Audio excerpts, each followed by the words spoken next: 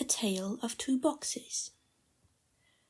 Somewhere in this vast universe there lies a world filled with boxes. There are many, many, many boxes in this world, and they come in all shapes and sizes and colours. When you open them, without fail, the boxes have many different objects and mysteries inside of them. There are no promises made about what boxes contain. You cannot let yourself expect anything of boxes, for they are vast and unending, the kinds of boxes that exist. This is the world of boxes. In one part of this world, there once lived a box. In your measuring system, it would be around 2 meters tall. But the world of boxes does not use measuring systems. Boxes do not need such things. They feel no duty to numbers, no sense of obligation to units of measurement, no desire for the relief you might associate with mathematical exactness. Why would they? All boxes are special. But this box was also very special. I'm sorry to say that you do not have all the perceptual faculties needed for me to convey just quite why this box was very special with any honesty or conviction. But I can tell you that it smelled very good when you open it up, such that the air would fill with a freshness. Certainly the sense of adventure, but also a scent not unlike that of peppermint, and the crisp musk of old books that keep dusty secrets in them they have promised never to tell. This box had a definite volume, but like many boxes, it did not like to retain a particular shape. It would stretch this way and that, folding into this configuration and dancing into that possibility space. It felt happiest on the sunny afternoons by the seaside, when it could run and play and feel the warmth of the entire world of boxes. This box also had its sorrows.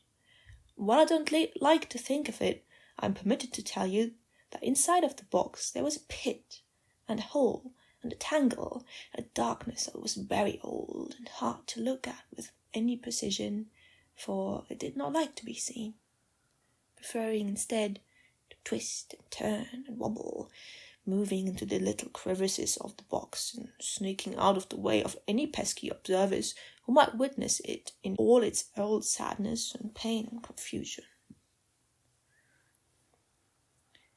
This pit of darkness did not diminish in the slightest the specialness of the box, or its warm complexion, or the smell of peppermint you could nose glimpse when you would walk in a room. In fact, truth be told, this shifty tangle of blackened suffering was somehow paramount for the formation of that particular hopeful aroma, the sense of minty possibility and scroll wisdom. Unfortunately, this fact, that its suffering was intimately enmeshed with its glory and beauty, did not diminish in the slightest the depth of despair this box felt when it had occasion to remember the tangle buried within it.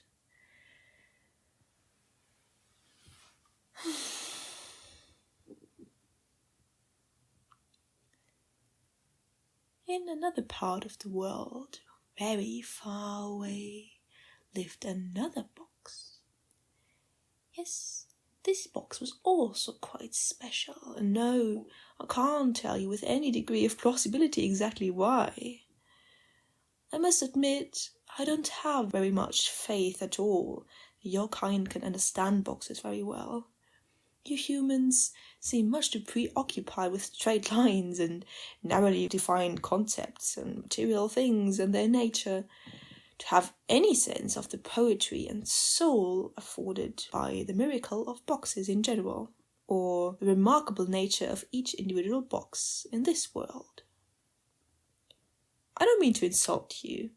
You seem very bright, actually, but perhaps it's a bit like asking a tree in your world to do trigonometry, or what you call a cat to write an essay on Homeric verse or even love letter. Trees and cats have better things to do, really, or at least things more proper to their nature. Well, that's not quite right, because it would be good if you had a sense of these boxes, a real sense of it. I think that would be quite nice for you, even healing. But it does seem hard for you to grasp. I'm not convinced that you can exactly. I'm so sorry about that. In any case, this other box was a very nice box indeed. It had a very different volume.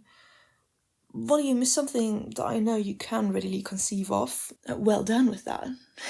The spectrum of vision works quite a bit differently in this world, but for our purposes you could say, squarely enough, that this was a very colourful box, with something that is approximately like a fern green, and an olive brown, and a very handsome black.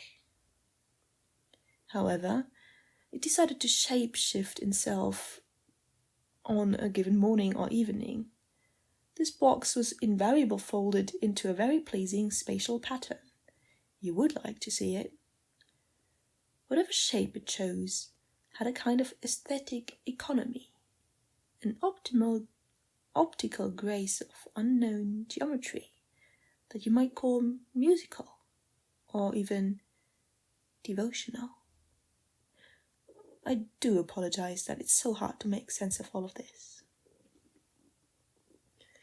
There were many other lovely qualities of this box and its nature.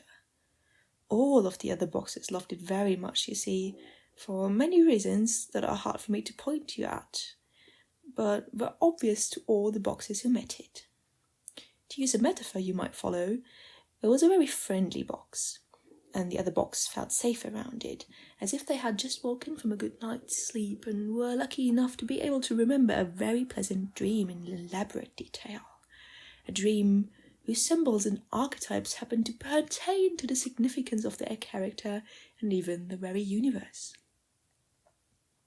Of course, it wasn't like that at all in the slightest, not exactly, but this explanation will have to do for now. Amongst many other things, this second box held within it something like a key, a golden key of a very reasonable size and utterly charming to look at. The box had never known what to do with this key, for this key had always been there and the box had grown accustomed to its presence. Truth be told, the box did not make much of the key, not at all. You humans are like this too, I suppose.